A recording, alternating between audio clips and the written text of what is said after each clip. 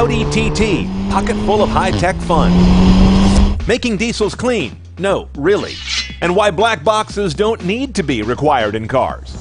It's time to check the tech. We see cars differently. Nice. We love them on the road and under the hood, but also check the tech and are known for telling it like it is. Ugly is included at no extra cost.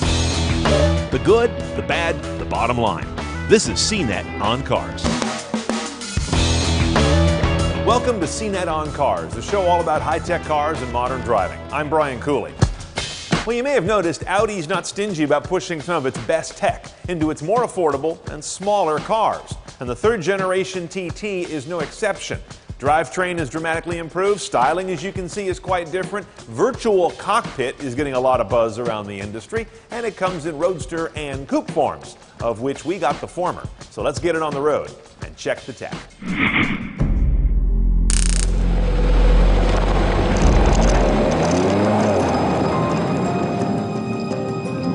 The Audi TT, once referred to a bit smirkingly as this little ladybug of a thing among sports car purists. Not anymore. This third generation gets an awful lot of things right and puts an edge on the product. Technologically, on the road, and to the eye. Audi was kind of sneaky with this one. Back in January of 2014, we got an early look at what would be the style of the new TT, but it was in a concept mini electric station wagon.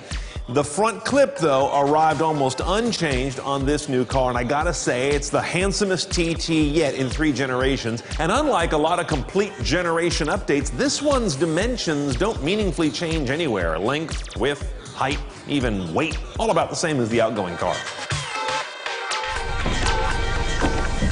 We have a Roadster with the cloth top. There's also a coupe that has some little tiny back seats in there. Our car, instead, where the back seats would go, is where the top does go.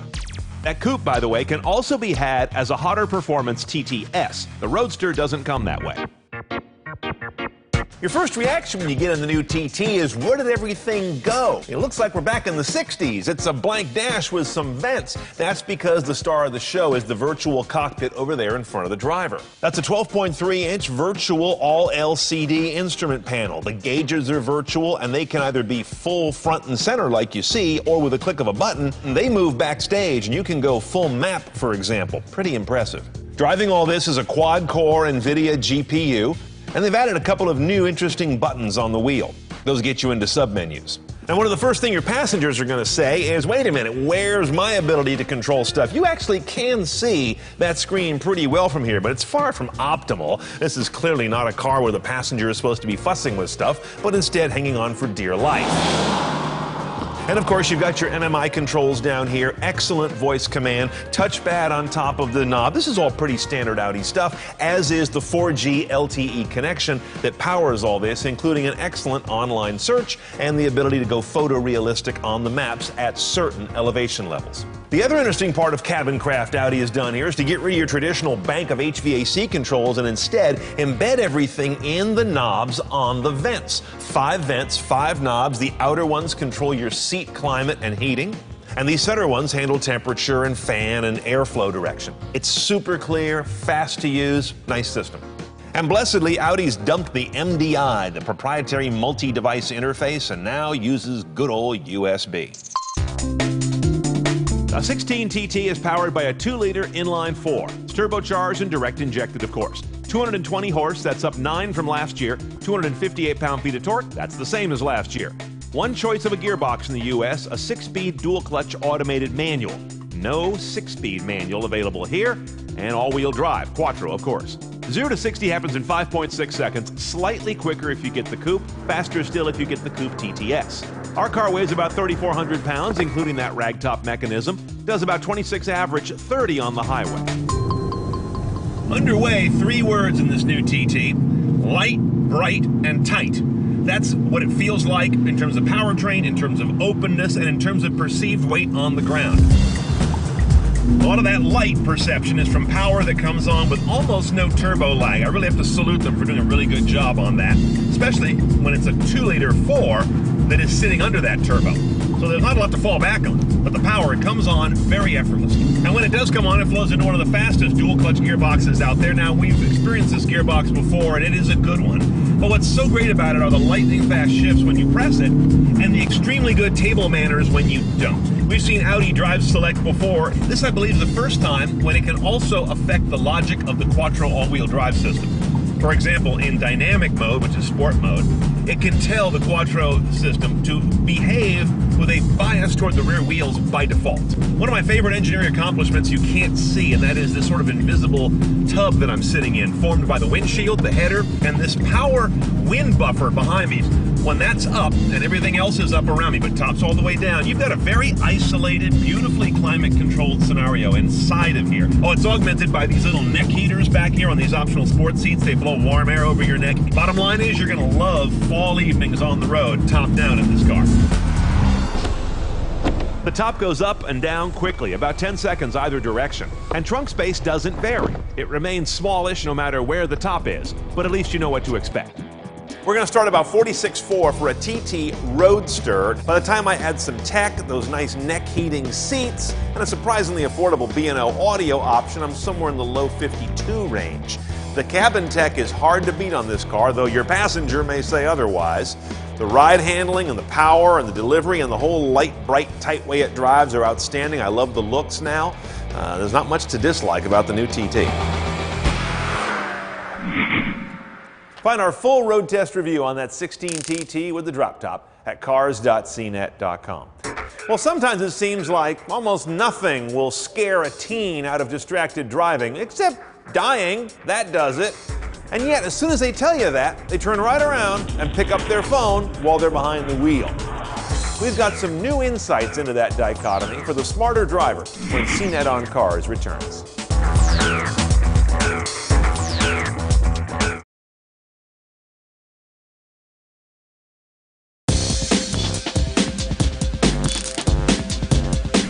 The intersection of driving inexperience and obsession with mobile tech is a dangerous place to be. Boy, watch out! And that's exactly where you'll find many teen drivers. Raise your right hand if you've ever been distracted in your car.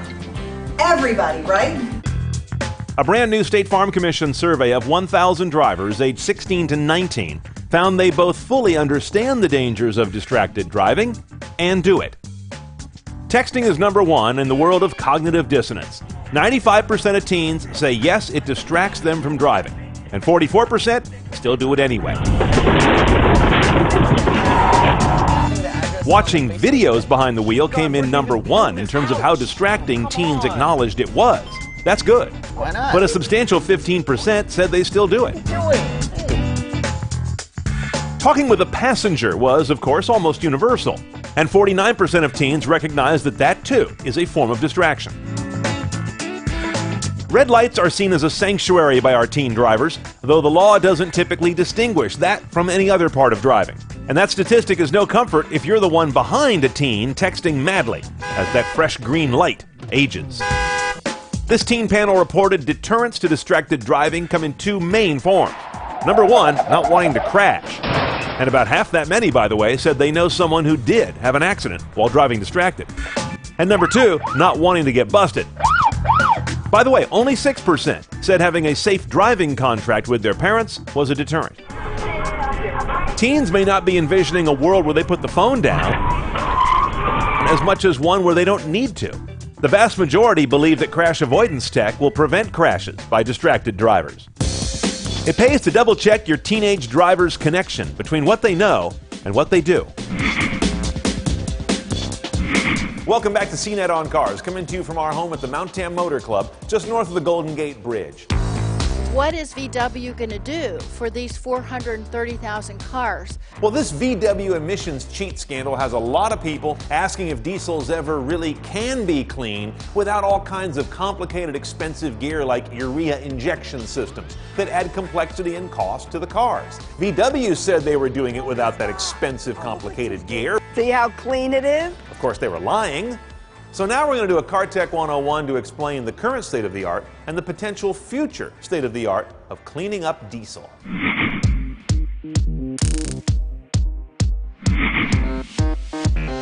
For ages derided as slow and more noticeably filthy, automotive diesel engines went in for a big makeover over the last couple of decades. Common rail injection is a form of fuel injection that can spritz diesel into the cylinders at very high PSI in very precisely controlled bursts. That kind of control of the amount of fuel and how often it sprays into the cylinder, combined with turbocharging, revolutionized both the power output and CO2 emissions coming out of diesel engines starting in the late 90s. Around 2006, ultra-low sulfur diesel fuel became the norm in the UK, Europe, and US. It reduced the dirty sulfur content in diesel fuel from 500 parts per million to 15. Taking that out reduces the energy content in a gallon of fuel slightly, but primarily sets the stage for a key pair of cleaning technologies to kick in. Selective catalytic reduction puts a special catalytic converter in a diesel car's exhaust system. Inside that can is sprayed a mist of urea fluid that combines with heat and the special metal surfaces in the catalytic converter for a reaction that scrubs diesel emissions way down in several key areas. The downside of SCR is that you have to add this expensive plumbing to the car's underside and refill the car's supply of urea fluid from time to time, typically at 10 to 15,000 mile intervals. Some dealers will do it for you as a courtesy during routine service, or you can do it yourself with a bottle of the stuff from Amazon or an auto parts store. It's like adding washer fluid, but it's one more thing to fiddle with. The TDI from Volkswagen. Right about now, we should have smelled something fishy. VW was meeting stringent new US diesel emission standards from 2009 on without SCR on most of its diesels, which seemed like a trick no other car maker could pull off. As we now know, they weren't pulling it off either. These events are deeply troubling. Retrofitting one of these bulky, complex SCR exhaust systems and urea tank to the affected TDI VWs and Audis out there is one way VW may have to address the current cars that are on the road and violating emission standards. But what if diesel exhaust could be cleaned up before it's even exhaust? That's what they're working on at the Oak Ridge National Labs, where they're developing diesel engine tech that injects fuel into the cylinder early in the combustion cycle, something which almost defies the definition of a diesel. That, along with a new breed of sensors to manage the fuel timing precisely based on nuanced real-time measurement of cylinder pressure, could be a big breakthrough. The diesel engine is, by its nature, a dirty beast, but its fuel flexibility, lovely torque, and high MPG keep it an important player in combustion auto engines, even if keeping it there requires a constant stream of new cleaning tech. In a moment, your email, why you don't find a CVT in a Lamborghini, but a black box in almost every car, when CNET On Cars continues.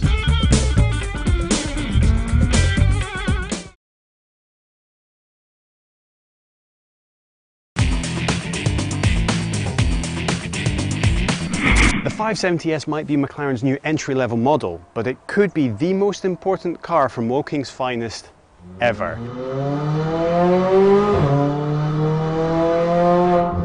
The 570S is the first car in McLaren's Sport Series. Attention has gone in to make this a real car you can use every day. Find more from the XCar team of CNET UK at cnet.com/XCar. Welcome back to CNET On Cars. I'm Brian Cooley. It's the part of the show where I take some of your emails. This first one's coming in from Andrew B., who says, here we are almost over with the year 2015. When are we going to see black box data recorders required in all vehicles? This is an interesting question, Andrew. Now, I've got a black box right here. As you can see, it is a box. It's not black. This particular one is out of a late model Toyota. It's basically an ABS computer. Many sensors feed into these connectors here, and there's a computer processor or two on the motherboard. What makes this a black box, though, is that it records a snapshot of your driving behavior and keeps that at all times. It's a running snapshot, if you will, of probably about 30 seconds on this one. It could be longer, it could be shorter, and that's data that a lot of folks find is either very useful if they're investigating a crash, or very unnerving if they're the one whose crash is being investigated. Interestingly, they are not required in the U.S. Nothing in the federal code says that a car has to have a data recorder. That said, because of all these advanced systems that these cars use today, virtually all the cars sold in the U.S.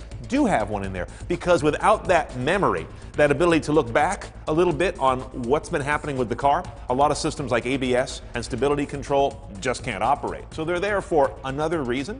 The other thing about black boxes to know is that they are regulated to some degree by U.S. code, that they have to gather a certain number of data points, I believe it's 15 right now, and structure that data in a certain way. Many cars will harvest far more data points than that, but the feds only have a say about a small number of them and how they're stored in the car. So if your car has one, the law does say something about what it has to hold. Check your own state laws to find out who has access to the data in your car's black box, especially in the event of an accident. Okay, our next question comes in from Zaid MR, a longtime CNET On Cars viewer. He's emailed in before. This time he says, is it true that turning on the air conditioning while driving at high RPM could cause some of the air conditioning equipment or plumbing to rupture? I hear this one a lot, not as much as I used to, but people still ask me if I turn it on while I'm at high speed and that whole system has to suddenly be engaged like that. Is that going to blow or break something in the AC system? In my experience, I think it's just a myth. People have been snapping their AC on from the off position on the freeway by the millions, probably daily, for decades. And I don't really know that I'm aware of a lot of AC failures that happen in that moment. Typically, AC tends to degrade badly. Hoses go bad and tend to leak out the refrigerant. Compressor clutches will go. Compressor internals will wear out. But I think this one's a myth. Maybe there's an AC technician out there in the audience. Let me know if I'm missing some nuance here. Shoot me an email at oncars@cnet.com. Okay, our last email in this show comes in from William V, who says, could you explain briefly the technology behind CVTs, continuously variable transmissions, and why they're not used for more performance cars? He says, one would think the ability of a CVT to maintain an ideal engine power band at all times would make it a perfect gearbox for sports, performance, and racing equipment. It absolutely would seem that way, William, and I'm with you on that. Being able to keep an engine in that RPM sweet spot is one of the holy grails of performance. But there's a problem. CVTs don't have really strong positive engagement because they are not made up of cogs and teeth the way a traditional transmission is, or really hard locking clutches and torque converters. They're kind of a constant slipping mechanism. As a result, they don't handle really high power all that well. That's not where they have found their main role. Though they do maintain the sweet spot in engines, but mostly to seek economy, not to seek maximum power and torque output. A CVT, as you probably know, is made up of a bunch of pulleys and belts. A variable pulley, a metal steel belt that is able to slide between these varying pulley flanges all the time. That's the nature of its slightly slippery technology. We did a whole episode on transmissions back in May of 2013. I think it was episode 18 that explains this really well. I'll put a link in the show notes so you don't have to go hunting for it. The show notes for this episode over at CNETOnCars.com. Another issue around CVTs in performance cars is that they don't sound the same. A car with a CVT tends to constantly be in about the same rev range, more or less. It doesn't run all the way down and all the way up the way a geared transmission can or could, and therefore it's not going to be very satisfying to the performance driver who likes the sound of running through the gears in a real transmission. Thanks for watching. Hope you enjoyed this episode. And you know how we build this show. It's around your comments, questions, and interests. And you get those to me via oncars@cnet.com. I read every one, answer as many as I can. I'll see you next time we check the tech.